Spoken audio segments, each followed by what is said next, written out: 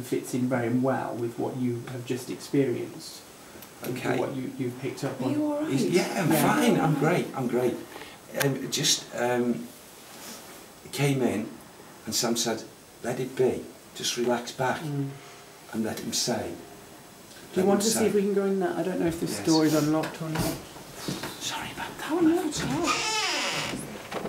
This is what. Yes, I'm drawn here very strongly. Yes. Okay. This is the wall where the immured bones were discovered. Yes. And I feel this.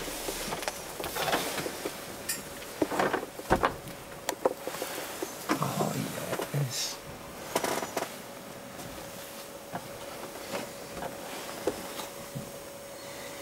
You see, as I come here,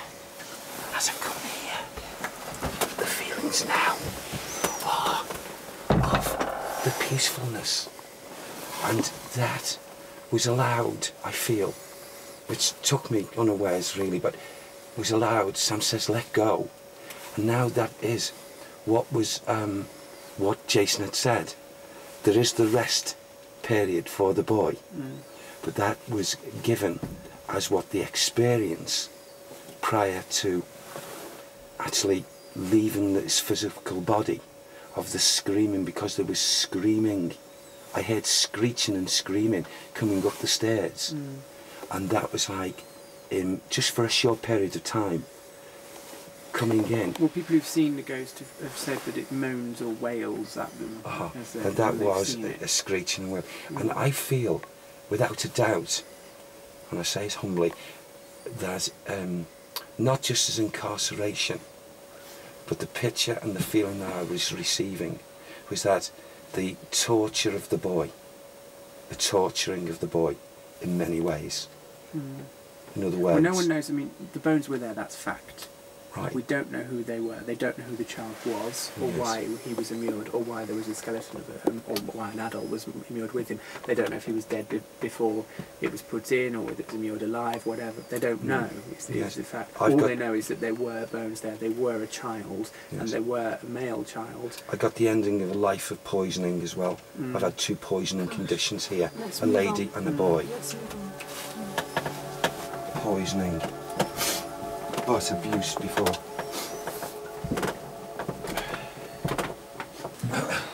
Right.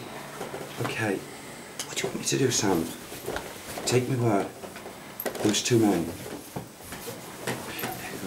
They give me insights earlier of 2 men.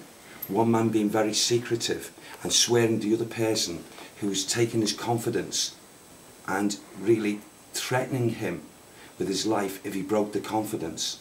One was above the other, one was in charge, one was, he's Lord. Lord? Lord who? That's Lord Grey. Does that make sense? There are several Lord Greys. Yeah. Okay, Lord Grey. They tell me to go to library area. Can we go to the library? There is a connection as well with, when you were talking earlier about the Lady Mary Barclay. Yes. She connects with a Lord Grey. Okay. Where's the library area? It's back actually. We need to go back down where we've come. We can go there. Yeah. They're prompting us to go there and they'll give us information. Come on, let's go. While the team moved to another part of the castle, our brave producer Carl decided to take a look at a storage room near the torture chamber. Keep your eye on the white plastic box on the table. Right, I tried to go in here earlier and got some noises, and I went in here just a minute ago and my camera wouldn't record, so I've just been recording outside, and now, ever the intrepid traveller, I'm coming back in there again. I know it's stupid. I really can't make out what all this stuff is. I can't actually walk any further into the room because there's so much stuff. Oh, okay. There's not anything that I can certainly see. I'm sure the noise came from here.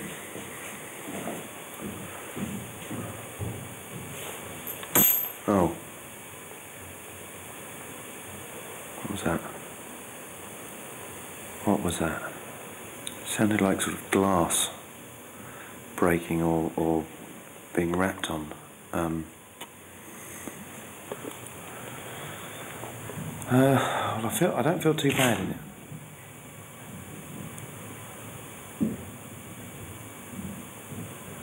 There's so many noises. Oh.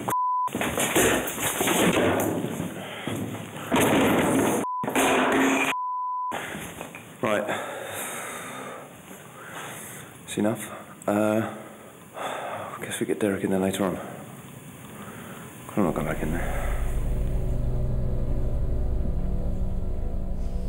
The boy draws my attention out here to something. It must be important. It's got to be important. Please let it be important in the sense that for some reason there's a drawing from the away from the wall in which we were there. Up there? Yes. And he draws me to a bedroom. And he shows me, in my home, I've got a 4-poster bed. And he takes me and he shows me purposely a 4-poster bed. And he said, twice to Sam, twice. He didn't mean to frighten. He didn't mean to frighten the woman who was sleeping in the 4-poster bed. And he was aware about his colouring around him. And he said, she saw me. She saw me, she saw me. I watched her ways. Well, Leonora Tankerville, who wrote the account that you mentioned in the banqueting hall before when you came up with the name Leonora, her account of the blue boy or radiant boy hauntings go back to a time when a 4-poster bed existed in the pink bedroom. And that's where That's the link with the people pink. slept who saw the blue boy, and that's where the earliest accounts of people citing that alleged apparition come from. But there isn't a 4-poster bed there anymore. But there What was. was he talking about? He wanted to talk about that. Wow. Now bless him, eh? Oh, gosh. Bless him. Freaked by the incident in the torture chamber, Carl set off to rejoin us.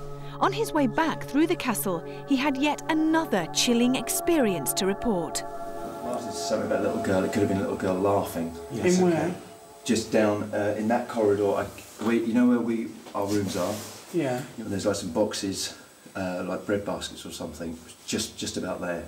And I ran back and said to Martin, did you hear anything? And he said, a little girl. He said, a little girl talking. And I said, well, I thought it was a little boy laughing. So you both had something. We both had something. Which you both perceived to be a child. It's definitely a child, but he said a girl talking. And I said, a boy laughing. Minutes. Well, there aren't any children in the castle tonight. No. A laugh. It seemed like a scream. Yeah. Where did you hear that? It was just outside, but it could have been an animal. But it definitely sounded quite high pitched, and it was as if. And Bev says she heard it as well. That's right. So whether it's an animal, I don't know. There are animals on the estate, so we need to bear that in mind. Okay. Right, do you want to go up first, Ian? As the night drew on, Derek was still being called by Sam, his spirit guide, to explore the old library. It seems to be getting me back into this section. It's very drafty here. Yes. Very drafty. And it's, very you know, drafty. it's just coming in. Very drafty here. Yeah. I'm getting a real blast. Yeah. It's very cold. Yes, it's a man. It's an officer. Oh. God, can you feel that? Can you feel It's it? an officer. Yes. God, it's freezing. Yes, there he is. He's come very close to us here. God, it's so cold. It's okay. It's all right. Ooh. And he wants to make his presence felt in his own way. No, it's not registering It's anything not. unusual. Okay. Freezing. But he's here. The temperature around you is 8 or 9 degrees, which is normal because that's the same. Jason, come and stand here. Yes. Just there. It was stronger a little bit earlier on when we first come in, but I was drawn back down here. Maybe it's just wanting to come into the atmosphere and be recognised. Right, shall we That's him. move on? Yes. Yeah. A torture chamber in total darkness was not a place any sane person would want to visit, especially after Carl's strange experience there. But that's where Derek insisted we went.